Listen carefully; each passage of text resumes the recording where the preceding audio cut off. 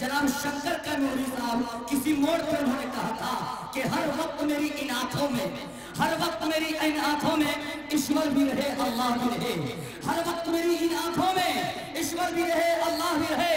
हृदय में भजन होता भी रहे, होठों पे मेरे कलिमा भी रहे, दिल इल्लल्लाह पढ़ता भी रहे, हरिओम नमः जपता भी रहे, तस्बीह भी रहे, माला भी रहे, पूजा भी रहे, सजदा भी रहे।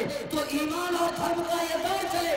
हिंदू भी पिए, मुस्लिम भी पिए, और पीने में मजा जब आएगा कि ज़मज़म भी रहे, गंगा भी रहे। अरे तड़प के बोलो सुभान अल्लाह। यार इतने पावर और ताकत के साथ मैंने शेर को पढ़ा, लेकिन उतनी वाहवाही आपकी तरफ से नहीं आई। आइए मैं हजरत वाला से मुआद्दिन दरखास्त करता हूँ कि आप तशरीफ लाएं। जिसे मिलती जुलती मैं आवाज कहाँ से लाऊंगा, तो जिसे मिलती जुलती मैं आवाज कहाँ से लाऊंगा, ताजमहल बन जाए अगर मुमताज कहाँ से लाऊंगा। घर तो घर है, घर तो घर है, छप्पर भी न छोड़े उसने, घर तो घर है, छप्पर भी न छोड़े उसने। अरे नोट तो नोट है, फुटकर भी न छोड़े उसने, नोट तो नोट है, फुटकर भी न छोड़े उसने। हजरात ये लोग जो सोए हुए हैं उनको बेदार कर दीजिए।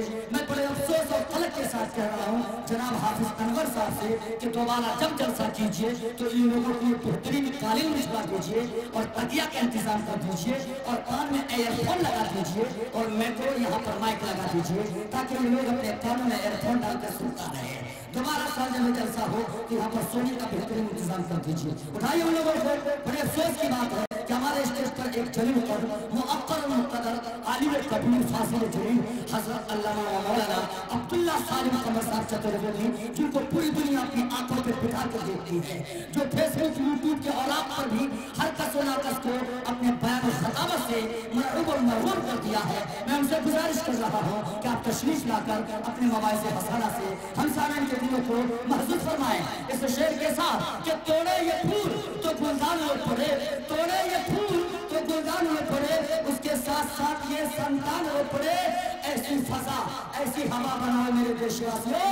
अरे हिंदू का घर जले तो मुसलमान हो पड़े, हिंदू का घर जले तो मुसलमान हो पड़े। हजरत वाला माइक पर 22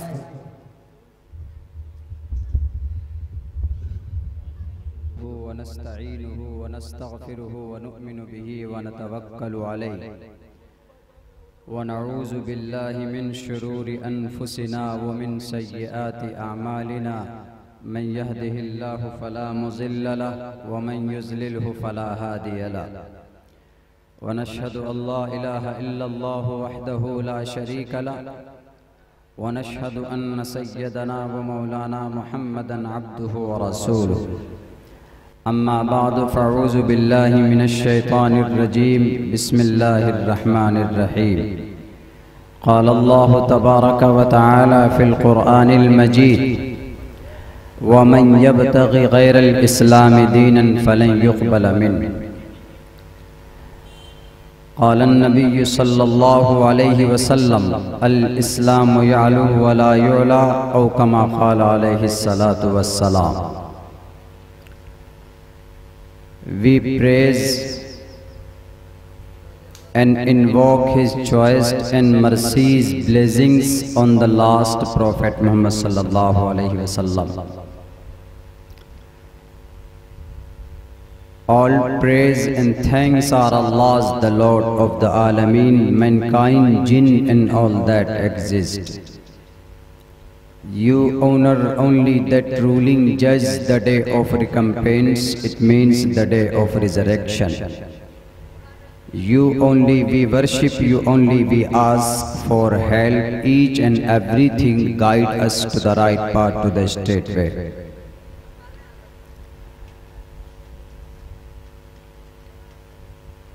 यज्ञम परचुछाम्यवम सतदतूतो निवोस्ति कवरितम पूर्व्यम गतम कस्तद्य विभारति।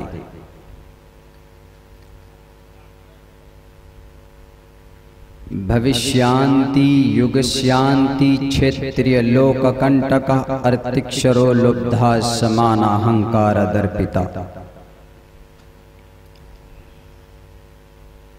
ओम भूर्भुवस्वाहा तत्सवितुर्वरेण्यं भर्गो दिशि दिवस्य धीमहि धियो यो नः प्रचोदयात्।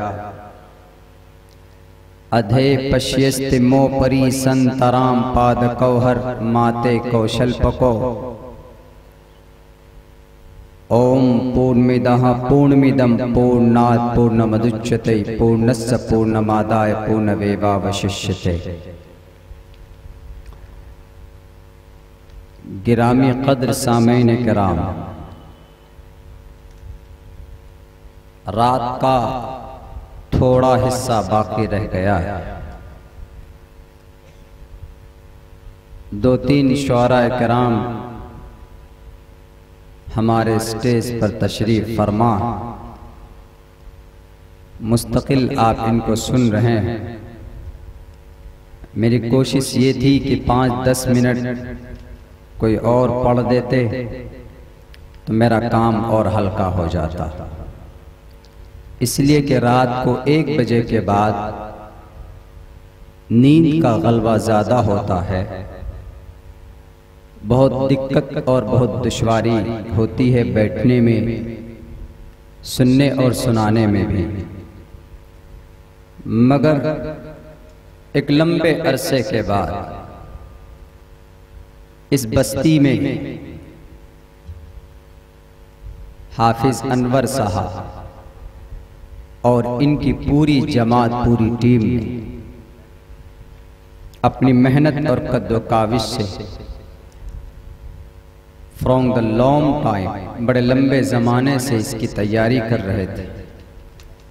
मुझे इस जलसे की इत्तला आज के नाज़िम जलसा सीमांचल में एक उभरता हुआ निज़ामत की दुनिया का एक नौजवान जनाब तनवीर साहब के वास्ते से इसकी दावत और इत्तला मुझे मिली थी, और हम भूल भी गए थे कि यहाँ पर कोई जलसा है, इसलिए कि मैं 11 तारीख को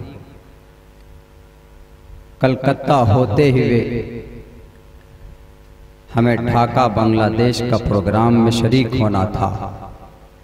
वहाँ से आने के बाद 12 तारीख को पहुँचे हैं तो हाफिज साहब का फ़ोन गया, तनवीर साहब ने कहा कि आपको आना है। खुलूस के साथ, मोहब्बत के साथ, पूरी दयानतदारी के साथ ये प्रोग्राम मुनाकिद किया गया। आखिर के अंदर उंगली कटाकर हम भी शहीदों में नाम लिखवाना चाहते हैं। कुछ बातें आपके सामने ऐसी आ चुकी हैं जो बिल्कुल नायाब थी, जैसे एनआरसी के ताल्लुक से,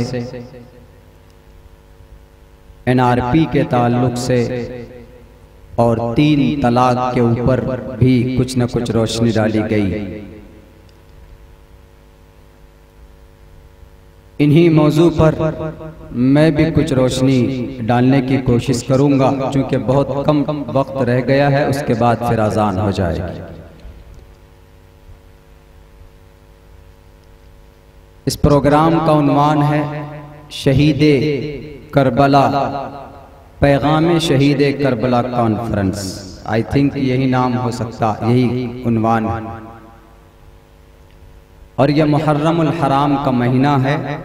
अल्लाह की नज़र में इस महीने की बड़ी फजीलत है।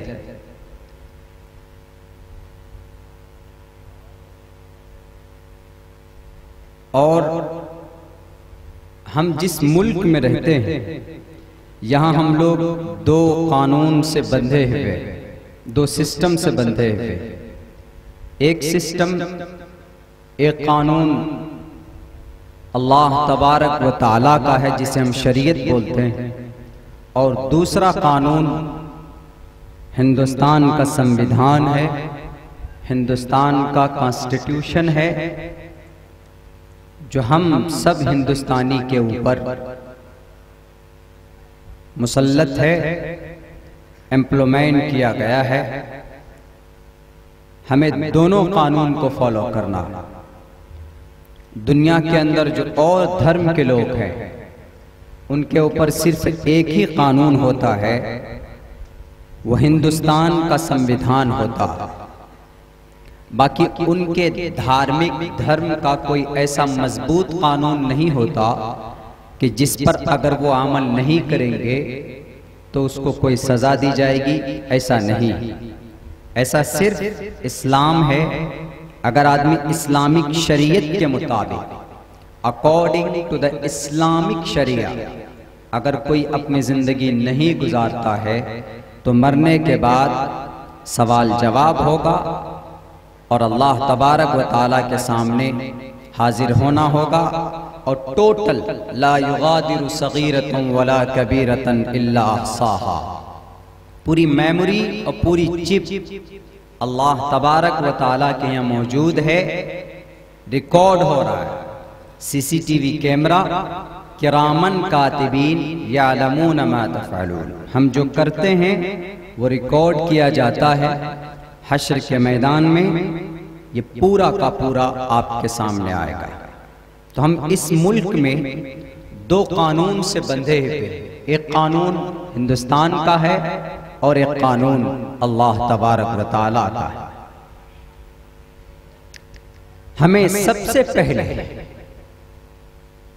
एंड बिफोर ऑल थिंग्स,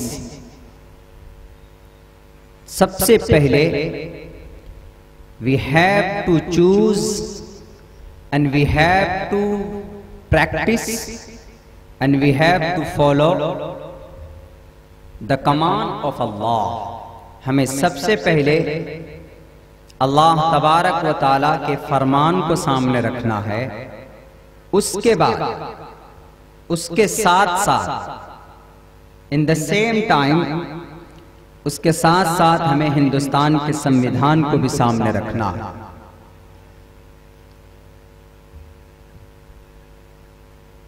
कि अल्लाह हमसे क्या चाह रहा है और हमारा संविधान हमसे क्या चाहता है। और एक चीज मैं बता दूं आपको कि हिंदुस्तान का जो संविधान लिखा गया है ये हमारी शरीयत के अपोजिट नहीं है। जब हिंदुस्तान का संविधान लिखा जा रहा था, डॉक्टर भीमराव अंबेडकर जब लिख रहे थे तो उस वक्त उन्होंने 55 मुल्कों का कानून अपने सामने रखा। उसमें से चुन चुन कर उन कवानीन को लिया कि जिससे हिंदुस्तान के किसी धर्म के मानने वाले का कुछ नुकसान ना हो।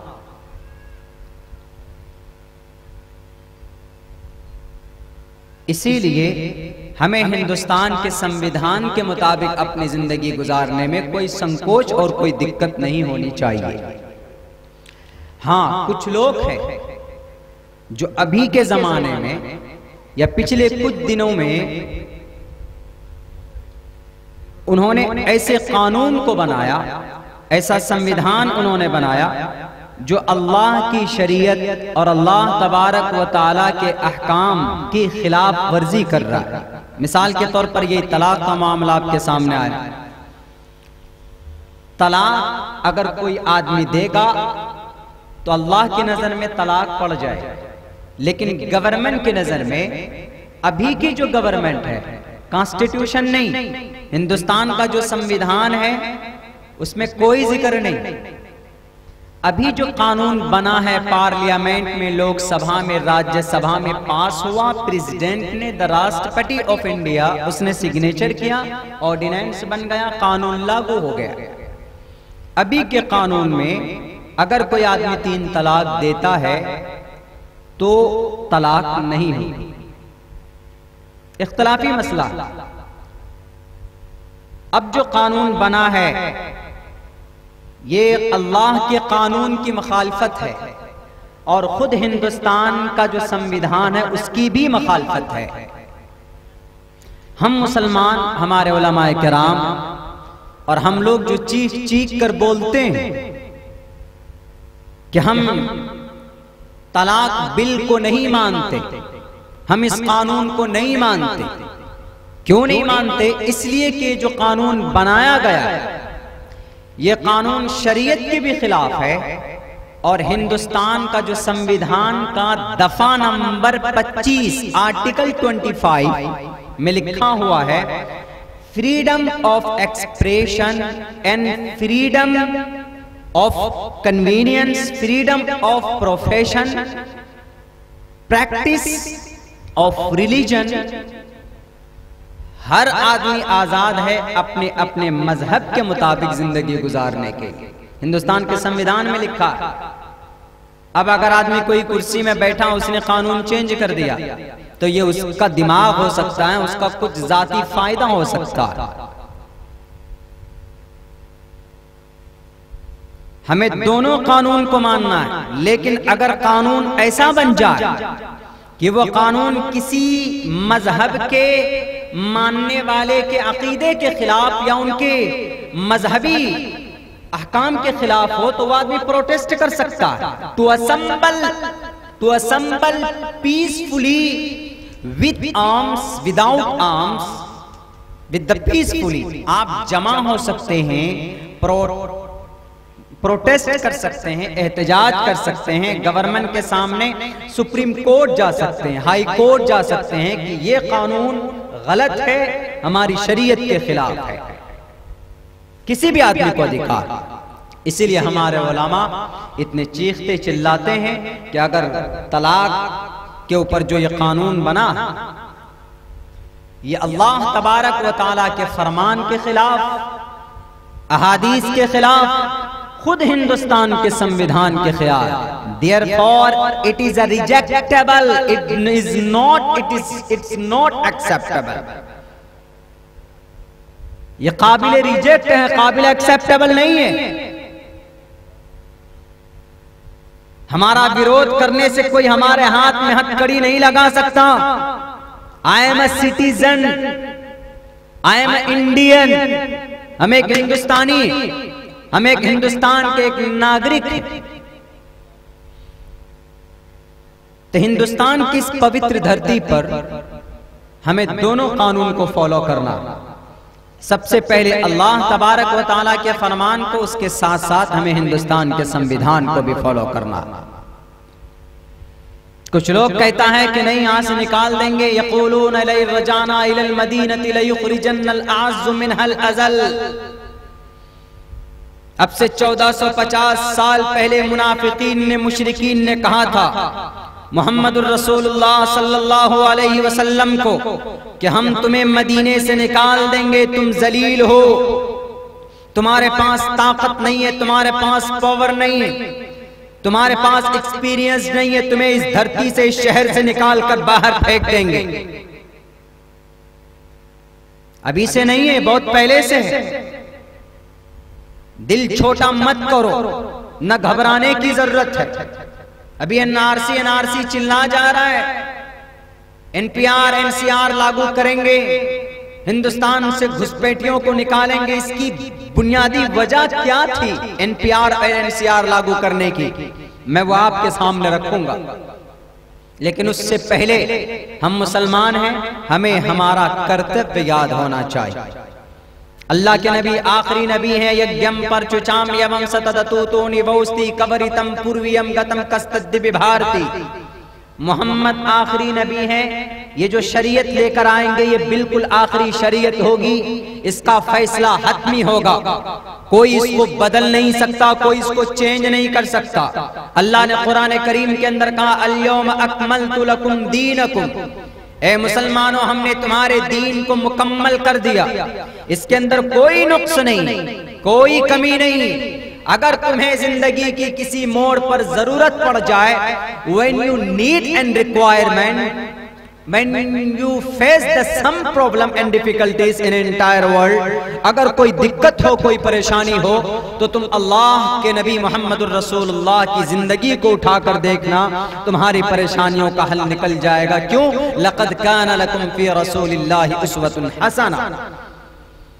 बशुंड काक का तर्जमा करते हैं बड़े विद्वान ने लिखा भी, यहाँ ना पक्ष बातें कुछ राखों, वैद पुराण संत बद भाकों, तबलक जो सुंदरम चाहे कोई, बिना मोहम्मद पार न कोई। अगर कोई आदमी महबूब बनना चाहता है, कामयाब बनना चाहता है, तबलक जो सुंदरम चाहे कोई। If anybody, if anyone and will be peaceful, will be spiritual person, will be make their self a spiritual person. अगर अपने आप को वो इंसान नेक इंसान बनाना चाहता है, that definitely that person must to do and must to follow the right path and the life and the method of the last prophet Muhammad sallallahu alaihi wasallam. मुहम्मदुर रसूलुल्लाह की जिंदगी को अपनाना उनके लिए जरूरी है।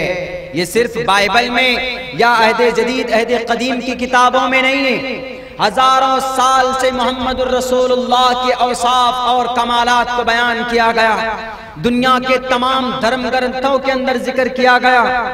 आज हम लोग क्यों डर जाते हैं? क्योंकि हम मुसलमानों ने नबी पाक अलैहिस्सलाम की मुकम्मल जिंदगी जो थी उसको हमने छोड़ दिया।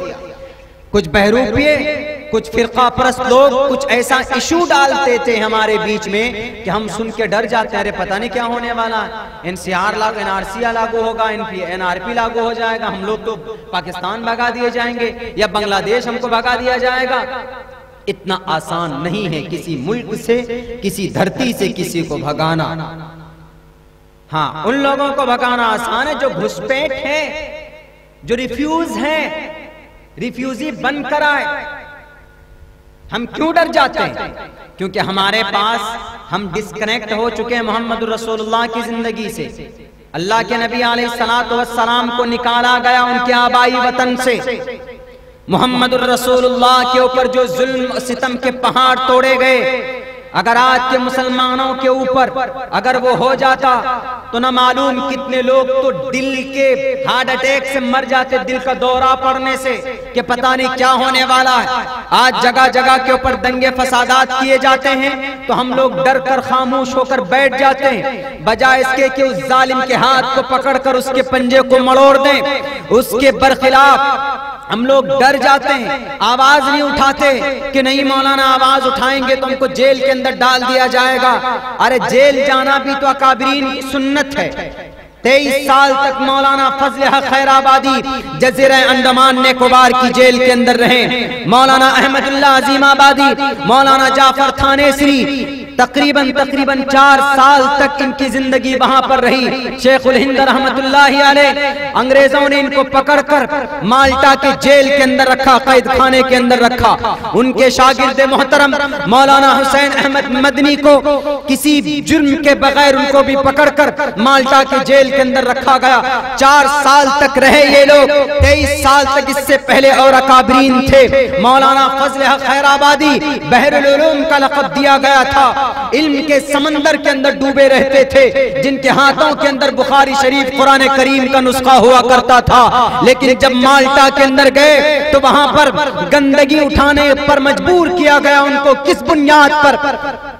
एक सुन्नत है हिंदुस्तान के अंदर शरीयत को बचाने के लिए, हिंदुस्तान की इस पवित्र धरती की इज्जत व आबरू को बचाने के लिए। आज हक बात बोलने से डरते हो। कलिमतु हक़्क़िन जाइर इंद सुल्तानिन जाइर, एक जालिम बादशाह के सामने हक बात कह देना सबसे बड़ा जिहाद कहलाता। हम लोग किसी के खिलाफ, किसी करप्ट लीडर के खिलाफ, किसी अत्याचार भ्रष्ट के खिलाफ अपनी आवाज बुलंद करने से डर जाते हैं कि नहीं मौलाना हमको जेल के अंदर ठूंस दिया जाएगा, हमारे ऊपर दहशतगर्दी का ये आरोप लगाया जाएगा, दफा लगाया जाएगा। हमने क्या किया? तबरेज अंसारी को मार दिया गया, 18 घंटे तक पिटाई हुई, दफा 302 लगना चाहिए, लगा था। लेकिन आज के गद्दारों ने दफा 300 हटाकर दफा 304 लगाया गया। दफा 304 का मतलब होता है कि गैर इरादतन कत्ल। तबरेज अंसारी की मौत हार्ट अटैक से हुई थी। पूरी दुनिया जानती है कि उसको पीट कर मारा गया था। इससे पहले पहलू खान के 6 मुजरिम जेल के अंदर बंद किए गए।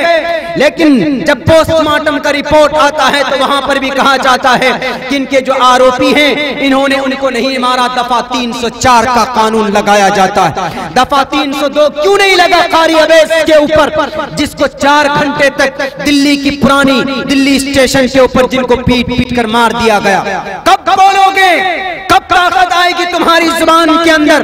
आप उसी कौम की औलाद हैं जिन्होंने उत्बा शैबा हंज़ला को सामने उनकी आंखों में आंखें डालकर बबांगे दुहल उनको चैलेंज करके कहा था कि अबू जहल जितनी ताकत हो तो आजमाने, जितने तेरे पास पैतरे हो तू डाल दे मुसलमानों के ऊपर। वी कैन बियर तमाम परेशानियों को हम बर्दाश्त कर सकते हैं, लेकिन तू जालिम है, जालिम था, जालिम है, और to the day of judgement तेरा नाम जालिमों के फहरिस्त में लिखा रहेगा।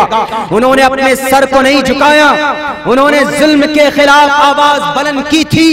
हिंदुस्तान के मुस्लिम भाइयों और हिंदू भाइयों, अगर किसी पर अत्याचार जुल्म होता है तो आवाज बुलंद करनी पड़ेगी। इस मुबारक महीने के अंदर शहीदान करबला इमाम हुसैन रज़ी अल्लाह ताला अन्हु के नाम पर हम लोग बहुत ज्यादा डंडेबाजी करते हैं, तलवार उठाकर घूमते हैं और ढोल बजाते हैं, डांस करते हैं। बहुत सी जगहों पर नौजवान तो शराब पीकर हिजरों की तरह अपने कमर को लचकाता फिरता है मैदान और गलियों के अंदर, पूरी पूरी रात ढोल बजाते फिरते हो। Islamic in the Islamic culture to the according to the Islamic sharia, क्या शरीयत के अंदर इसकी इजाजत है? क्या आप ढोल बजाकर जो लोग सोए हुए होते हैं 10-11 बजे रात में उसको आप तकलीफ दें? दिखा दीजिए मुझे कहीं पर लिखा हुआ हो। आप कहते हैं कि नहीं, हम इमाम हुसैन की याद को ताजा कर रहे हैं। इमाम हुसैन ने तो रात को तहज्जुद की नमाज पढ़ी थी, फजर की नमाज पढ़कर दुआ करके अब जालिम बादशाह के सामने उबैदुल्लाह बिन जियाद के और यजीद जालिम और फासिक मजरूह जिनकी अदालत हो चुकी थी, उसके जुल्म के खात्मे के लिए खड़े हो गए थे, इस्लाम के झंडे को बुलंद करने के लिए खड़े हो गए थे। आज हम और आप करते क्या हैं? हमारे नौजवान ढोल ले लिया, बजाते फिरते हैं, और रास्ते में किसी की प्रॉपर्टी होती है, किसी का कोई पेड़ होता है छोटा मोटा, तो उसको भी तोड़ देते हैं। कहते हैं कि इन दिनों के अंदर जायज है। तेरे बाप ने जायज का फतवा लगाया? हमारे समाज के अंदर ऐसा हुआ है, वही बात मैं आपके सामने कह रहा हूँ। शराब पीकर नशे में धुत हो जाते हो, ये इमाम हुसैन की याद को ताजा करते हो। मासूम बच्चों ने खून का फव्वारा उनके गले से निकला, अपनी कुर्बानी पेश की इस्लाम को बुलंद करने के लिए, इस्लाम को बचाने के लिए। आज हम अपनी गलत रवैये से ढोल गले में लटका लेंगे और जनाब क्या बोल के निकलेंगे? ताजिया, ये जंगी हम लोग ले जा रहे हैं, जंगी। मेरे मुस्लिम भाइयों, आप में से बहुत से लोग ऐसे भी हैं जो इन चीजों की जवाज के कायल हैं। मेरे नौजवानों, आपको बुरा जरूर लग रहा होगा, लेकिन आपकी जवानी को अल्लाह तबारक व तआला ने इन कामों के लिए नहीं बनाया। आपकी जवानी अल्लाह तबारक व तआला ने इबादत के लिए बनाया। गरीबों की मदद करो तो इबादत, अखलाक बुलंद करो तो इबादत, अच्छे काम करो तो इबादत, नमाज पढ़ो तो इबादत। शराब पीकर गले में ढोल लगाकर चीखोगे, चिल्लाओगे, एक भी नेकी नहीं लिखी जाएगी आपके नाम की। इमाम हुसैन रज़ी अल्लाह तआला अन्हु फजर की नमाज पढ़कर भूखे प्यासे मैदान में डट गए 72 लोगों को लेकर। उस वक्त के प्राइम मिनिस्टर के खिलाफ, उस वक्त के फिरौन के खिलाफ, सामने हजारों की तादाद 20,000 का लश्कर था, सामने इधर इमाम हुसैन सिर्फ 72 लोगों को लेकर खड़े हुए। लड़ते रहे, कटते रहे, काटते रहे, लेकिन नमाज का वक्त होता था तो नमाज पढ़ते थे मैदान के अंदर। आज हम लोग मुहर्रम में 1 तारीख से लेकर 10 तारीख के बीच में नमाज पढ़ते हैं। ये जो नौजवान लोग, बस यही आया इमाम हुसैन की याद को ताजा करने के लिए, यही महीना आ जाता है, बाकी दिन कहाँ भूल जाते हो? मुहर्रम मनाना, ढोल बजाना, जंगी निकालना फर्ज नहीं है। At the salat to pray over salah in the 5 times a day, that's very very important for every Muslim person. हर एक मुसलमान पर 5 वक्त की नमाज पढ़ना फर्ज है। जो फर्ज है उसको तो करते नहीं, और जो गैर जरूरी चीज है हम लोग वो कर बैठते हैं। ऐसा हो रहा है हमारे समाज के अंदर।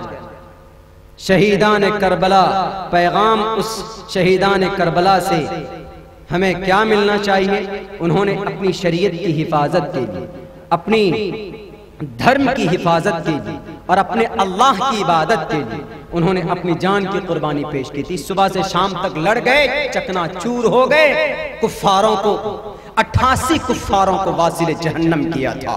आखिर के अंदर हजरत हुसैन का सर काट कर यजीद के सामने पेश किया जाता। क्यों सर कटा उनका? इस्लाम के लिए, जुल्म के खिलाफ सर झुका नहीं था, कट गया था, झुका नहीं था। आज अत्याचार हो रहा है हिंदुस्तान में, अगर हम चुपचाप बैठे रहेंगे तो ये जुल्म, ये गुनाह है। हमें तो गर्व होना चाहिए, फख्र होना चाहिए कि हम एक ऐसी नबी की उम्मती हैं, तमाम नौ इंसानी के लिए जो मशाले राह है। लक़द काना लकुम फी रसूलिल्लाहि उस्वतुन हसना।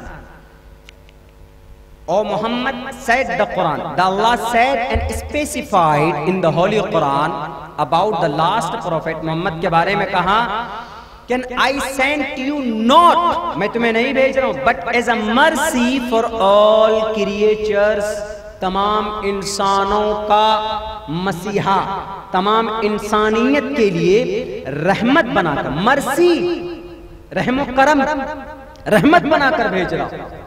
I sent you not, I sent down to the earth not, मैं तुम्हें नहीं भेज रहा हूं कि एक आम इंसान बनकर जाओ, नहीं, as a mercy for all creatures, Hindu मुस्लिम सिख ईसाई जिन्नात दरख्त पेड़ पौधे तमाम 18,000 मखलूकात के लिए तुम्हें मर्सी बनाकर भेज रहा। आप हम उनकी उम्मती। लेकिन आज हमारी जो शरीयत बदली जाती है, क्यों जाती है? क्योंकि हम लोगों के ऊपर अल्लाह तबारक व तआला ने जिस सिस्टम को नाफिज किया था, हम लोग उस सिस्टम से अलग जा रहे हैं। अलग मुहर्रम के महीने में लठियारी, लाठी डंडे खूब, एक जगह यही 10 तारीख को छत्तीसगढ़ जाना था, तो हम गया से हमने 4 व्हीलर लिया, हमारी फ्लाइट मिस हो गई थी पटना से, तो हम गया तक ट्रेन में गए, वहां से हमने एक बुक किया, ऑटो बुक किया, 6-7 घंटे लेके छत्तीसगढ़ बॉर्डर पे जाना था। वहां हम गए तो रास्ते में हमको 5-6 जगह पे क्या मिला? जुलूस। ठीक है, बहुत दिनों से रस्म चला रहा है, आहिस्ते आहिस्ते कोई बुरी चीज खत्म होती है, कीजिए। लेकिन ऐसा मामला था उनका, जो हाईवे है उस हाईवे को सीज कर दिया, जाम कर दिया। अल्लाह के नबी ने किसी को तकलीफ नहीं दी, और ईज़ाउल मुस्लिम हरामुन, सिर्फ मुस्लिम नहीं बल्कि आप ये कह सकते हैं कि इंसानों को तकलीफ देना गुनाह है, जुर्म है। पूरा रास्ता जाम, गाड़ी वाला आए किधर से जाए, इंतजार करो। हमारे पीछे एक एम्बुलेंस आया, अभी की बात हम बता रहे हैं, एम्बुलेंस में पेशेंट थी, उनको डाल्टेनगंज जाना था, छत्रपुरा से। उस बेचारे ने मन्नत मांगी, पेशेंट के जो पेरेंट्स थे उन्होंने कहा कि भैया किसी तरह हमको निकाल दीजिए, पेशेंट है, जल्दी जाना है, इमरजेंसी। नहीं दिया, बोला इधर से चले जाए, और दूसरे रास्ते में घुसे। इतने कीचड़ वीचड़ कैसे कल के वो एम्बुलेंस भी हम लोगों ने निकलवाया, और भी लोग थे, हम लोगों ने भी अपनी गाड़ी निकाली, तब गए। तब उस वक्त हमको एहसास हुआ कि आज जो हिंदुस्तान की सरकार, गवर्नमेंट आहिस्ते आहिस्ते मुसलमानों को जो चींटी की तरफ मसलना चाहती है, आहिस्ते आहिस्ते हमारी शरीयत पर, तलाक पर, नमाज पर, मस्जिद पर, मदरसों पर जो पाबंदी लगा रही है, उसकी वजह वो लोग नहीं, उसकी वजह हम खुद टोपी दाढ़ी और मुसलमान।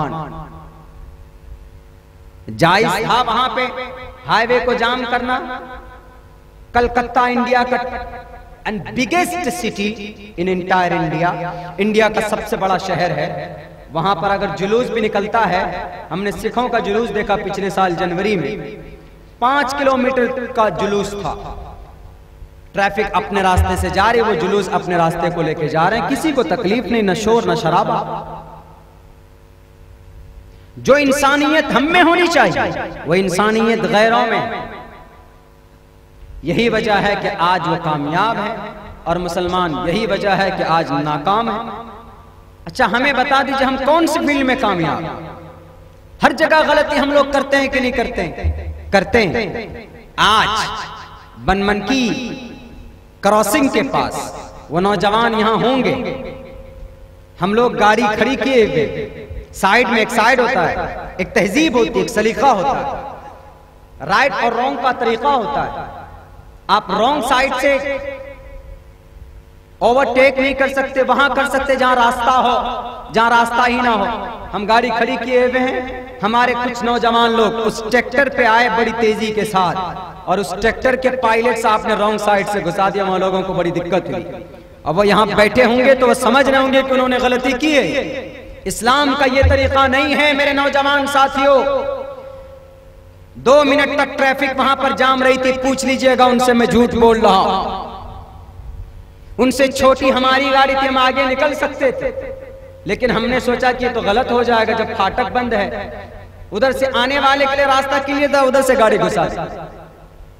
इसको बोलते हैं बेतमीजी, बदसलीका। आदमी इससे पहचाना जाता है। आप साउथ के एरिया में चले जाइए, किसी की पैर से आपका पैर टकरा जाए तो 3 मरतबा चूमेगा और सॉरी बोलेगा 56 मरतबा, हम सॉरी भाई साहब।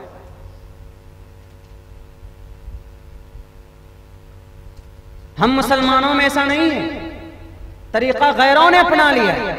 टोटल सिस्टम हम खत्म कर चुके हैं, भुला चुके हैं। मेरे मुस्लिम भाइयों, गुजारिश और दरखास्त इतनी करता हूं, दोबारा लौट आइए उसी शरीयत की तरफ, उसी फरमान खुदाबंदी की तरफ जो आज भी हमारे बीच में मौजूद है, महफूज। तब आपको किसी से डर नहीं होगा, आप किसी से डरेंगे नहीं। हम पर लोग एतराज करते हैं कि मौलाना आप फलां के खिलाफ बोलते हैं, आपको डर नहीं लगता। हमने कहा कि हम खिलाफ नहीं बोलते हैं, गलत नीति जो थोपी जाती है हम उस सिस्टम के खिलाफ बोलते हैं। हम क्या बोलेंगे नहीं, जरूरत पड़ेगी तो हम लड़ेंगे, मुकाबला करेंगे, करप्शन के खिलाफ आएंगे हम मैदान में, हम बुराई को खत्म करेंगे। हमारे नबी ने और हमारी शरीयत हमसे यही सिखाता है, और हमारे पूर्वजों ने, हमारे अकाबिरीन ने जमकर मुकाबला किया। लड़कर डरकर अगर बैठ जाते हमारे अकाबिरीन हिंदुस्तान, तो हमारे इस धरती के ऊपर जो आज थोड़ी बहुत इस्लाम की चमक दमक दिखाई दे रही है, खत्म हो जाती। मेरे मुस्लिम भाई, डरोगे तो मर जाओ। जहां डर होता है वहां ईमान नहीं हो सकता। जो मोमिन होगा उसके दिल के अंदर डर नहीं हो सकता। क्यों? अल्लाह कहता है वला तहिनु वला तहज़नु व अंतुमुल आलौना इन कुंतुम मुमिनीन। बुज़दिल हो चुके हैं, कमजोर हो चुके हैं। एक प्रोटेस्ट हमको करना था 7 तारीख को मॉब लिंचिंग के खिलाफ। जिसके पास गए हम, मौलाना परमिशन ले लिए कि नहीं लिए, मौलाना कुछ अगर हो गया तो मौलाना थोड़ा सा ही कीजिएगा, छुपा के कीजिएगा। बताइए, ये हमारे उन लोगों की तरफ से आवाजें आ रही थी जो यंग थे। हमने कहा कि परमिशन प्रोसेस से हम होकर गुजरे हैं, डरो मत, हमारा संवैधानिक हक है, हम आवाज बुलंद करते रहेंगे, हम प्रोटेस्ट करेंगे, आप डरिए मत, हम आपके साथ हैं। नमाज पढ़ने से, रोजा रखने से इंसान दुनिया की नजर में आपकी मैयार बुलंद नहीं हो सकती, अल्लाह की नजर में आपका दर्जा बुलंद हो जाएगा। दुनिया की नजर में आपका मैयार कैसे बुलंद होगा? आपके अखलाक से बुलंद होगा, दूसरों की मदद करने से, दूसरों के हुकूक को अदा करने से, अमानतदारी करने से, झूठ न बोलने से और गीबत न करने से आपका मैयार बढ़ता है, आपके मैयार का पता चलता है। आपको किसी से डरने की जरूरत नहीं। भले ही दुनिया की सारी ग्रंथों के अंदर यह बात कही दी गई कि भविष्यांति युगस्यांति क्षेत्रीय लोक कंटका अर्तिक्षरो लुब्धा समाना अहंकार दर्पिता, कि इस धरती के अंदर एक जमाना ऐसा आएगा कि जो रक्षक लोग होंगे समाज के वही भक्षक बन जाएंगे। इसमें कोई कैद नहीं कि इसमें हिंदू होगा कि मुसलमान होगा, जो रक्षक होंगे वही भक्षक बन जाएंगे। मतलब जो हमारे सेवा करने वाले होंगे वही हमारे कांटे के मानिंद चुभेंगे। कांटा जैसा चुभता है ये रक्षक लोग जिन पर हम उम्मीद और भरोसा करते हैं। हमारे मुस्लिम में भी बहुत से मुस्लिम ऐसे हैं, एक दूसरे पर भरोसा कर ले तो उसका पैसा खा लेता है। हमने एक जगह अपने इलाके के अंदर जमीन खरीदी अपने इदारे के लिए, हमने एक को लगाया तो पता चला उसने इतना पैसा लूटा हमसे, हमने उस पर भरोसा किया, एतमाद किया, हमने उसको अपना रक्षक समझा। 6 लाख रुपए से कहीं ज्यादा उसने हमसे कमीशन खाया। हमको पता बाद में चला ये चीज है लोक कंटका अर्तिक्षरो लुब्धा समाना अहंकार दर्पिता। यही धर्म के धर्म के हानि करने वाले यही लोग होंगे। इसमें हिंदू मुस्लिम का कैद नहीं, मुस्लिम में भी है, हिंदुओं में भी है। कश्मीर के अंदर क्या हो रहा है? दफा 370 ठीक है आपने हटा दिया, उससे मेरा कोई ताल्लुक नहीं, लेकिन 25 दिन से कश्मीरियों के नाजायज खून बहाए जा रहे हैं। उनका खून पानी से भी ज्यादा सस्ता कर दिया गया। करप्शन को, आरएसएस बजरंग दल के लोगों को वहां की यूनिफॉर्म पुलिस और वहां की आर्मीज की डुप्लीकेट यूनिफॉर्म के अंदर डालकर 30,000 लोगों को भेजा गया ताकि वहां के मुस्लिम माओ बहनों की इज्जत और नामूस को लूटा जाए और उनसे पिछले हुए जंग का उनसे बदला लिया जाए। आज वहां की माए बहनें चीख रही हैं, वहां की इंसानियत चीख रही है। आप हटाइए दफा 371, आप तरक्की कीजिए कश्मीर की वादी के अंदर, हमको इससे कोई एतराज नहीं है, लेकिन वहां पर होने वाले जुल्म को रोकिए। नाहक इंसानों का जो खून बह रहा है उसको रोकिए। हम अपने तमाम दानिश्वरों से भी यही गुजारिश करते हैं, अगर अल्लाह ने आपको ताकत दी है, अगर अल्लाह ने आपको कुर्सी दी है, अल्लाह ने आपको पावर दिया है, तो आप कहिए इंडियन गवर्नमेंट से कि कश्मीर के कश्मीरी इंसानों की देखभाल हो, उनका प्रोटेक्शन हो, उनका केयर किया जाए। ये नहीं कि धर्म के नाम पर उनको मारा जाए, मुस्लिम समाज की बहु बेटियों की इज्जत नामूस को लूटा जाए।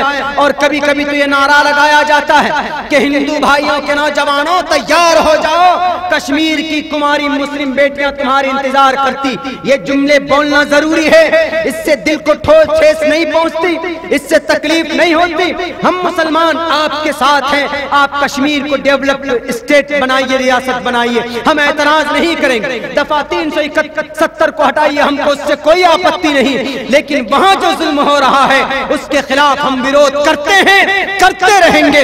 जरूरत पड़े तो अल्लाह तबारक व तआला से आपके इस पाप का हम फैसले करवाने की भी कोशिश और गुजारिश और प्रे करेंगे अल्लाह से कि अल्लाह ऐसे जालिमों को, जो 30,000 जालिम दरिंदे डाकू को वहां सुपुर्द कर दिया, उनके हाथ में बागडोर अगर दिया गया है तो अल्लाह उसको सफे हस्ती से मिटा दे। इस धरती के इंसानियत के जो दुश्मन हैं, इस धरती के धर्म के नाम पर जो लोगों को लड़ाते हैं, उसको इस धरती से उनका नामो निशान मिटा दे, खाक कर दे, भस्म कर दे उनको। जैसे महाभारत के मैदान में पांडवों ने मिलकर कौरवों का सत्यानाश किया था, जैसे रावण के लंके के अंदर श्री रामचंद्र जी के फौजों ने 10,000 रावण के बंदरों का, उनके राक्षसों का भक्षक किया था। इसलिए हम कहते हैं यदा यदा ही धर्मस्य ग्लानिर्भवति भारत अभ्युत्थानम धर्मस्य तदात्मानं सृजाम्यहम्। ये श्रीमद् भगवत गीता का मंत्र है, जिसमें कहा गया इंसानियत का अगर कत्ल होता है तो ईश्वर आते हैं। ज्यादा दिन तक अपनी ताकत के नशे में चूर मत होना, इसलिए कि वो तिलकल अय्याम नुदाविलुहा बैनन नास। आज तुम्हारे पास ताकत है, आज तुम्हारे पास हुकूमत है, तो तुम अपने आप को फिरौन मत समझना। क्यों? वक्त का फिरौन भी एक दिन बैन समाई वल अर्ज लटका दिया गया था, आज तक लटका हुआ। नमरूद का भी जमीन के अंदर एक मच्छर से उसकी हलाकत करा दी जाती है, कारून की दौलत को जमीन के अंदर फंसा दिया जाता है। इसीलिए इस धरती के इंसानों, इंसाफ पसंद मेरे मुस्लिम भाइयों, हमें और आपको अल्लाह की शरीयत की तरफ लौटना होगा। दो चीज, दो कानून से बंधे हैं, अल्लाह तबारक व तआला की शरीयत, हिंदुस्तान के संविधान। मुहर्रम खेलने की परमिशन है, इजाजत है आपको। आप उस महीने के अंदर अपने हथियार को भी दिखा सकते हैं जो लाइसेंस्ड हैं, जैसे तलवार है, भाला है, त्रिशूल है, नेजा है, आप निकाल सकते हैं। 1 तारीख से from the 1 date in the month of Ashura, मुहर्रम की पहली तारीख से 10 तारीख की शाम तक निकाल सकते हैं। मुहर्रम खेलना, मैं बहैसियत आपको कह सकता हूं कि मुहर्रम जो खेलते हैं, खेलना जायज तब हो सकता है। मैं उस मसले को पढ़कर सुना रहा हूं। जब हिंदुस्तान आजाद हुआ था तो मौलाना अबुल कलाम आजाद ने लिखा था कि हिंदुस्तान के मुसलमानों को मुहर्रम में झांकी निकालना, जंगी निकालना जायज है। और उनके अलावा जितने भी उलमाए किराम थे उन सब ने कहा कि हिंदुस्तान क्या कहीं पर भी मुहर्रम खेलना जायज नहीं। सिर्फ मुहर्रम में 2 काम करना, रोजा रखना है, to keep fast in the 9 and 10 and 11। 9 और 10 तारीख को रोजा रखें या 10-11 को, यानी 2 दिन रखना। 9-10 को रख लीजिए, 10-11 को रख लीजिए, इसलिए कि रोजा फर्ज होने से पहले आशूरा का रोजा फर्ज था, रोजा रखना। दूसरे नंबर पर करना क्या है, अपनी वसात के मुताबिक अपने घर के अंदर अच्छे खाने बनवाइए, बच्चे को अच्छे खाने खिला सकते हैं, अपनी फैमिली को रिस्क के अंदर वसात करेंगे तो अल्लाह तबारक व तआला आपकी रिस्क के अंदर बरकत देगा। ये 2 काम करना। लेकिन मौलाना अबुल कलाम आजाद इमामुल हिंद का खिताब जिन्हें दिया गया, उन्होंने कहा मौजूदा हिंदुस्तान के मुसलमानों को मुहर्रम खेलना जायज है, खेल सकते हैं, लेकिन उसका एक तरीका होता। उन्होंने कुरान और हदीस से हटकर मसला फतवा नहीं दिया था। मुहर्रम खेलते हैं, मैदान में आइए, डंडा लेकर आइए, लाठी सबके पास हो, जिसके पास तलवार है तलवार लेकर आए, जिसके पास फरसा है फरसा लेकर आइए, जिसके पास जो भी हथियार लेकर आए। आने के बाद आप तलवारबाजी कीजिए, लाठीबाजी होनी चाहिए, डंडेबाजी होनी चाहिए, अपने बाजुओं के कर्तव्य को दिखाइए। इस्लाम के अंदर यह जायज है। ईद के दिन खुसूसन सहाबा इकराम रेस लगाते थे, कबड्डी खेलते थे, तलवारबाजी करते थे, कर्तव्य दिखाते थे, अपना परफॉर्मेंस करते थे। अम्मा आयशा पीछे से मोहम्मद रसूलुल्लाह के पीछे से खड़े होकर यहाँ कंधे पर सर रखकर देखती थी। कर्तव्य करना, अपनी हिफाजत के लिए, सेल्फ डिफेंस के लिए आलात इस्तेमाल करना जो अलाउडेड है, अपनी हिफाजत के लिए कराटे सीखना, कुश्ती लड़ना, कबड्डी खेलना, फाइटिंग बाजी करना, किक फैलाना, and all things is allowed according to the Islamic शरीयत। ये जायज है, कोई मना नहीं करेगा। लेकिन यहाँ ऐसा होता है, ऐसा नहीं होता। यहाँ तो बस वही पी के ऐसे मस्त हो जाते हैं, भले ही बैंड है लेकिन फिर भी कोरेक्स पीते हैं, सुलेशन चप्पल में लगाते चिपकाने के। एक जवान को देखा टेम्पो में आके बैठा, इतना बड़ा फुटबॉल बना के रखा हो, अब वो बार बार सूंघ रहा है उसको, एकदम आंख भी लाल है, आंख से पानी, नाक से पानी, आप पागल है, धुत है। पूछा पड़ोस वाले से, बोला कि मौलाना ये पहुंचा हुआ, इसमें इसको कुछ नहीं मिला। जो सोल्यूशन जो लगाते हैं चप्पल वगैरह यूज करने के लिए, चिपकाने के लिए, वो ज्यादा यूज कर लीजिए। या खांसी की दवाई जो, वो भी अगर आप आधी शीशी पी जाइए एक वक्त में, उससे भी नशा चढ़ जाता है। यानी बिल्कुल बनी इस्राइल की तरह ये कौम हो चुकी। शराब के ऊपर बंदिश लगी तो शराब को बंद करोगे, हम अपना काम खांसी की दवाई से कर लेंगे, टेबलेट से कर लेंगे, लेकिन तुम्हारी बंदिश को नहीं मानेंगे, तोड़ देंगे। बनी इस्राइल ने ऐसे ही किया था। रब के तरफ से फरमान था कि तुम लोग सैटरडे को, शनिचर को मछली नहीं पकड़ो इस तालाब से। बनी इस्राइल ने कहा अच्छा कोई बात नहीं पकड़ेंगे, इस तालाब से नहीं पकड़ेंगे। अकल देखिए, उन्होंने उस तालाब के पड़ोस में एक और गड्ढा खोदा, गड्ढा खोद के वहां से एक छोटी सी नाली बना, उसमें ले जाके डाल दी। इससे मछलियां वहां पहुंच जाती थी, वो उससे पकड़ते थे। जब उसको मना किया जाता था कि अरे मना किया है आज के दिन तुम लोगों को शिकार करने से, मछली पकड़ने से, उन्होंने कहा था जहां से मना किया वहां थोड़े ना पकड़ रहे, दूसरी जगह पकड़ रहे हैं ना, यहां तो इजाजत है। ये चीज है same, we are going to the same the बनी इस्राइल्स वे। बनी इस्राइल के रास्ते पर हम लोग चल पड़े। ऐसे रास्ते पर अगर हम चलेंगे, अपनी शरीयत की खुली खिलाफ वर्जी करेंगे, तो हमारे तलाक के ऊपर बंदिश नहीं लगेगा तो और क्या लगेगा मेरे मुस्लिम भाई। मैं जानता हूं बहुत से लोग हैं, बहुत से नौजवान हैं जो तलाक देने का सही तरीका क्या नहीं जानते। बस एक तरीका जानते, क्या 1 2 3 अपनी बीवी को 1 2 3 छोटी छोटी बात पे। यही तो मुद्दा बना है, मेन बेसिक रीजन इसी को बनाया है। कि एक वक्त में 3 तलाक कोई मुसलमान दे दे, अपनी बीवी को तलाक पड़ जाती, बीवी को सुधरने का मौका नहीं मिलता। हालांकि आपको बता दूं मैं, उलमा जानते हैं तलाक का 3 तरीका, तलाक अहसन, तलाक हसन, तलाक बिदाई। और ये जो 3 तलाक है ये सबसे तीसरे नंबर पर आता है। तलाक बिदाई हलाल तो है, लेकिन सबसे ज्यादा नापसंदीदा तलाक वही है। और हम में 98% 100 में से 98% नौजवान ऐसे हैं जो तलाक अगर देने की नौबत आ जाए तो हमें कौन सी तलाक देना है वो नहीं जानते, वो इसी को जानते हैं बस। तलाक देने का सबसे पहली बात तो तलाक की बात नहीं पहुंचनी चाहिए। लेकिन अगर ऐसी बात आ गई, एक आदमी ने हमसे पूछा, एक बड़े हाई स्कूल के टीचर ने, मौलाना अब्दुल्ला आप लोग तलाक के विरोध में क्यों हैं? कानून बन गया, अच्छी बात है, एक मर्तबा में 3 तलाक दे देता है, बेचारे को घर से बाहर जाना पड़ता है। अब तो अच्छा हुआ कानून बन गया है, अब 2-4 ठो अंदर जाएगा, दिमाग ठंडा होगा, और फिर आने के बाद उसी बीवी के पास रहेगा तो चुड़ैल नजर आएगी उसको, तो दिमाग ठिकाने आ जाएगा, कभी तलाक नहीं देगा। इसीलिए आप लोगों को तो हिमायत करनी चाहिए। हमने कहा कि नहीं भाई, ऐसा नहीं है। हमने कहा कि आपके यहाँ अगर किसी आदमी की शादी हो जाती है तो बोला वो 7 जन्म के रिश्ते में बन जाता है। ओम मंगलम स्वाहा, ओम बुरबुर स्वाहा, ओम देवस्य स्वाहा, ओम कुरु स्वाहा, ये मंत्र पढ़ के 7 फेरे लेते हैं तो सातों जन्म तक रिश्ता जुड़ गया।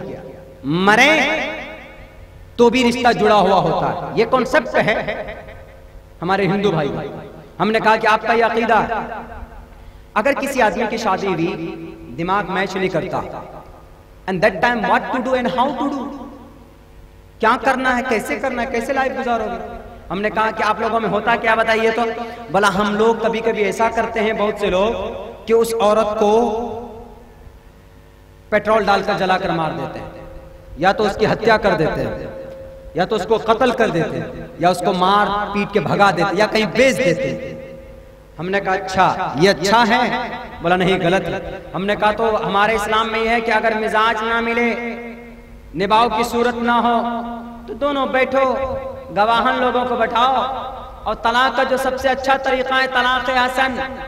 तलाक देने की बारी आए तो अकेले तलाक मत दे दो फोन पे कि मैडम मेरी बात नहीं मानी, 1 2 3 तलाक जाओ।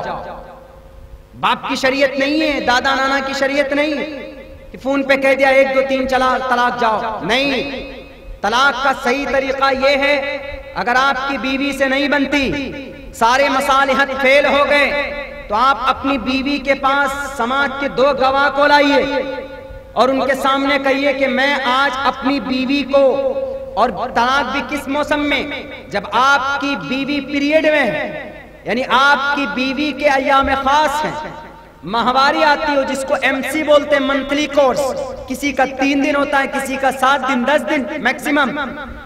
इस MC कोर्स के गुजरने के बाद जब वो पाक हो जाए और आप मिले ना हो अपनी बीवी से, उसी पीरियड में आप अपनी बीवी को 2 गवाह की मौजूदगी में, तलाक का सही बता रहा हूं मैं, सही तरीका जो है वो बता रहा हूं, याद करके रखिएगा। इसका मतलब नहीं कि कल से जाके शुरू कर दें बीवियों को तलाक देना, नहीं, तलाक देने का जो सही तरीका है मैं वो बता रहा हूं। इस जलसे का कुछ तो फायदा होना चाहिए। तो आप 2 गवाह को लाइए या 1 ही गवाह को लाइए। बेहतर यह है कि आपके इमाम साहब को बुला के लाइए कि इमाम साहब हम लोग थक गए, नहीं मानती, सारी मसालहत हो गई, इनके घर वाले भी समझा के गए, अब मैं इसको आपकी मौजूदगी में 1 तलाक देता हूं। 1 तलाक दे दी तो बीवी अभी आपके निकाह में, अभी आपका निकाह नहीं टूटा है बीवी से, 1 तलाक दे के रखे, इसको तलाक, 1 तलाक हो गई, इसको तलाक अहसन, सबसे बेहतर तरीका। अभी उसको टाइम मिला है, देखिए 1 महीने का टाइम मिला है बीवी को सुधरने का। और तलाक ऐसा लफ्ज है कि अगर कोई चुड़ैल औरत हो ना, उसके भी दिमाग में पड़ जाए कि मेरे शौहर ने मुझे तलाक देने वाले हैं, तो वैसे भी सुधर जाती है। क्यों? तलाक का मतलब कट, बिल्कुल डिस्कनेक्ट, सुधर जाती है। अगर समझदारी होगी, गुस्सा ठंडा हो जाएगा, तो बीवी कह देगी कि हमसे गलती होगी, हमसे गलती नहीं होगी। या फिर या उस मर्द को ही सोचा कि नहीं तलाक नहीं देनी चाहिए, तो उसी महीने के अंदर में अपनी तलाक वापस ले लेगा। बीवी से मिल जाएगा, हाथ मिलाएगा, वो सुकनार करेगा, समझ लिया जाएगा कि भाई तलाक वापस ले लिया। इसको तलाक रजी बोलते हैं। बिना अभी निकाह नहीं टूटा है, हलाले पलाले की जरूरत नहीं पड़ेगी। ये जो 2 नंबर वाला हलाला फेमस है दुनिया में, टीवी की स्टूडियो के अंदर जो घूमता है, ये 2 नंबर वाला हलाला है जिसका जिक्र कुरान में नहीं। जिसका जिक्र कुरान में है वो हलाला टीवी और इन मीडिया और इन राजनेताओं की जुबान पे नहीं है, वो जानते नहीं है what is the definition of correct halala. हलाला क्या है, हलाले का सही तरीका क्या, मैं वो भी बताकर अपनी बात खत्म करता हूं, इसलिए कि 4 बजे तक का टाइम दिया गया। 4 बजे तक का टाइम है, उसके बाद अजान हो जाती। लेकिन एक बड़ी इंपॉर्टेंट चीज बता रहा हूं, चूंकि तलाक के ऊपर कानून बन चुका है। बीवी FIR कर दे तो 3 साल तक जाएंगे, बेल भी नहीं होगी, और 3 साल के बाद आएंगे तो उसी बीवी के पास रहना होगा, और अपने बीवी बाल बच्चों का खर्च आपको जेल से ही भेजना होगा। पैसा कमाइए वहां पे जी। अब पूछिए मोदी जी से, क्या रे हमको 3 साल की सजा मिली कैसे, किस चीज की, किस जुर्म में? तलाक भी नहीं पड़ी, किस वजह से हमको जेल में डाला गया? अगर तलाक पड़ जाती तो चलो भाई तुमने एक बुरा काम किया, तलाक दे दी, तलाक हो गई, तुमने बीवी को अपनी जिंदगी से बेदखल कर दिया, अब जेल चलो। तलाक भी नहीं हुई, 3 साल जेल में क्यों जाएं? पूछिएगा जाके हमारे नरेंद्र मोदी साहब से, वो बताएंगे आपको। तो ये अलग है इशू। लेकिन तलाक एक दीजिए, 1 महीने के अंदर वापस रुजू कर लीजिए। बीवी आपके निकाह में है, कोई दिक्कत नहीं है। अगर तब भी 1 महीना गुजर जाने के बाद नहीं सुधरती तो दूसरे महीने में यही प्रोसेस कीजिए। वो जो एक वक्त में 3 तलाक देते हैं, और 3 तलाक देने के बाद जब दिमाग खुलता है, आते इमाम साहब कुछ रास्ता निकालिए ना। और बाज काजी हजरात तो वो बैठे हैं, माफ कीजिएगा, बाज मुफ्तियाने कराम वो बैठे हैं, वो मुफ्ती नहीं, वो शैतान के दामाद हैं जी। शरीयत को बदलने का काम करते हैं। क्या कहते हैं? इतना पैसा खर्चा होगा, हलाला करा देंगे। का हलाला होगा कैसे? का फिक्र मत करो, हमारे पास आदमी है। हलाला 3 तलाक दे दी। अब पछता के आते हैं दोनों फैमिली वाले, काजी साहब कुछ काम कर दीजिए। अब कुछ लोग तो वो होते हैं जो पैसों की वजह से कहते हैं गम मत करो, हलाल तलाक तो हो गई है लेकिन हलाला कर लो, हलाला करवा लो। हलाला करवाने के बाद तुम फिर रिश्ता कर लेना। हलाला करवाया नहीं जाता, एक बात ध्यान में रखिएगा, हलाला करवाया नहीं जाता। ये जो काजी साहब कहेंगे कि अपने रिश्तेदार में किसी लड़के को तैयार कर लो, जिसको तुमने तलाक दी उसका निकाह उससे करा दो, एक दिन में वो उसके साथ सोए, रात को अपनी जिंदगी गुजारे और फिर उसको निकाह तलाक दे दे, फिर तुम इस बीवी से निकाह कर लेना। आजकल जो हलाला है वो यही तरीका। या तो पैसों पे तैयार किया जाता है आदमी को, या नहीं तो फिर भी वैसे भी तैयार किया जाता है कंडीशन लग के, शर्त लगाकर कि भैया हमारी बीवी मैंने तलाक दे दी है, तुम जरा हलाला कर लो, निकाह कर लो 1-2 दिन के लिए। कौन नहीं करेगा 1-2 दिन के लिए निकाह? उसका क्या जा रहा है? ये जिना है, हलाला ये नहीं है इस्लाम के अंदर, नाजायज और हराम है। ये हलाला नहीं। हलाला किसको बोलते हैं समझिएगा जरा गौर से। हलाले का मतलब हमने अपने बीवी को तलाक दे दी, 3 तलाक दे दी, बीवी अलग हो गई, चली गई अपने घर बेचारी, हम भी अपने घर में। अब हमारी जो बीवी थी उसके घर वाले ने उसका रिश्ता कहीं और करा दिया, हमारे कहे बगैर अपने आप करा दिया, उनकी जिंदगी गुजारने के लिए उनका दूसरा रिश्ता हो गया। होने के बाद इत्तेफाक से वहां उस शौहर के साथ भी नहीं निभ पाया, या उस शौहर का एक्सीडेंट हो गया, या उस शौहर ने उसको अपनी मर्जी से तलाक दे दिया, या उस शौहर का इंतकाल हो गया, एक्सीडेंट हो गया, कहीं कुछ हो गया, वो फिर वहां पे उस शौहर से बरी हो गई। हमने कुछ नहीं किया, देखिए रिश्ता किया दूसरे शौहर से, या वहां पर भी मिजाज नहीं मिला, उसने तलाक दे दिया, या उस शौहर का इंतकाल हो गया या एक्सीडेंट हो गया। तो अब वो औरत ये सोच रही है यार क्या करें, पहले वाला ही शौहर ठीक था, ये दूसरे से निकाह किया, दूसरा भी नहीं जमा, या जमा लेकिन एक्सीडेंट हो गया, बेचारा मर गया, चलो पहले वाले शौहर से कुछ बच्चे हैं, जिंदगी का एक लंबा हिस्सा गुजरा, उसी से कर लेते हैं। तो अब ये जो औरत आएगी पहले शौहर के पास, तो अब ये जो बीच में एक निकाह हुआ है इसको बोलते हैं निकाहे हलाला। इस निकाह को निकाहे हलाला कहा जाएगा।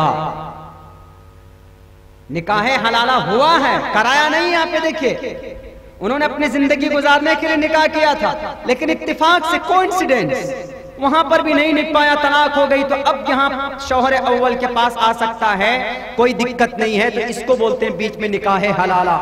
लेकिन आज टीवी की चैनल पर बैठे हुए बेजुबान, बेलगाम, बदजुबान घोड़ों को क्या कहिए कि इस्लाम के अंदर निकाह हलाला है। ना जाए कितनी गंदी चीज है, वाकईतन गंदी चीज है। वो सिस्टम जो हम लोगों ने आजकल राइज किया वो गलत है। इस्लाम ने जो तरीका कुरान में और हदीस में इसकी तफसीर बताई है ये गलत नहीं है। उस तरीकों को हम लोग फॉलो ही नहीं करते। तलाक देने के बाद उस औरत से निकाह की कोई सूरत नहीं।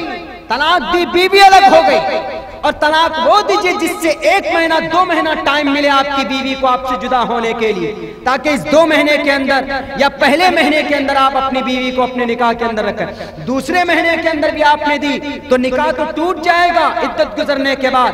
तो निकाह कर लेंगे, हलाले की जरूरत नहीं पड़ेगी। हलाले की जरूरत जब पड़ती है जब तलाक मुगल्लज़ा पड़ जाती है औरत को, जब आप एक साथ 3 तलाक अपनी बीवी को दे देते हैं, तब आप उस औरत से निकाह नहीं कर सकते। अगर कोई बोलता है कि हलाला करवा लो, उसके मुंह पे मारिए। हलाले की कोई सूरत करवाने की नहीं, हलाला हो जाता है जी। रोने पीटने से कुछ नहीं होगा। हम मुसलमानों ने शरीयत को बदनाम किया है मेरे मुस्लिम भाइयों। अगर हम सही तरीके से शरीयत का उपयोग करते, उलमा से पूछ कर एक एक कदम को रखते, तो आज तलाक के ऊपर कानून नहीं बनता, आज तलाक के ऊपर FIR नहीं किया जाता। अल्लाह से दुआ करता हूँ अल्लाह तबारक व तआला कहने सुनने से ज्यादा हम मुसलमानों को अमल की तौफीक दे। NCR NPR के ताल्लुक से बहुत सारी बातें आ चुकी हैं, घबराने की बात नहीं है। NPR भी होगा और NCR तो होगा भी वैसे नहीं, क्योंकि NCR लागू किया था आसाम में सिर्फ मुसलमानों को भगाने के लिए। क्या आसाम में बहुत बड़ी तादाद में मुसलमान हैं जो बांग्लादेश से आए हैं, वहाँ के किसी BJP लीडर ने कहा था। लेकिन इत्तेफाक से भी जो 19 लाख लोगों का डिटेंशन कैंप में नाम आया है, जो NCR के फाइनल रजिस्टर में नाम नहीं आया है, उनमें 75% लोग हमारे हिंदू भाई जी। अब वही लोग चिल्ला रहे कि NRC खत्म करो, क्यों? उनका तो मकसद मुसलमानों को भगाने का था। लेकिन NCR अगर लागू होगा हिंदुस्तानी सिटीजन प्रूफ करने के लिए, तो सिर्फ मुसलमानों पर नहीं बल्कि सब पर होगा, हिंदू मुस्लिम क्रिश्चियन जैन ईसाई। उससे पहले NPR होगा, जनगणना होगा। इसलिए घबराने की जरूरत नहीं। जो डॉक्यूमेंट्स आपके पास है प्रोवाइड करके रखिए, अपनी प्रोटेक्शन के लिए अच्छा होता है। पासबुक हो, ड्राइविंग लाइसेंस हो, या बिजली बिल हो, या आपका राशन कार्ड हो, बर्थ सर्टिफिकेट हो, बहुत सारी चीजें हैं। ये सब चीजें अवेलेबल करा के रखिए। ये इंडियन कॉन्स्टिट्यूशन के लिए और आपकी नेशनलिटी के लिए, आपके इंडियन नागरिकता होने के लिए, इसके अंदर आपको दिक्कत ना हो फ्यूचर के अंदर। इसमें घबराने की कोई बात नहीं, डरने की कोई बात नहीं। और जुल्म के खिलाफ आवाज उठाइए, सियासी मैदान में भी और दुनियावी दीनी मैदान में भी आगे बढ़िए। नौजवानों, तरीके को अपनाओ मोहम्मद रसूलुल्लाह का, सुन्नत को फॉलो करो, हजरत सहाबाए किराम का। अल्लाह से दुआ है अल्लाह तबारक व तआला इस धरती के अंदर इनकलाब पैदा करेगा, कहने सुनने से ज्यादा अमल की तौफीक दे। वाखिर दावाना अल्हम्दुलिल्लाहि रब्बिल आलमीन।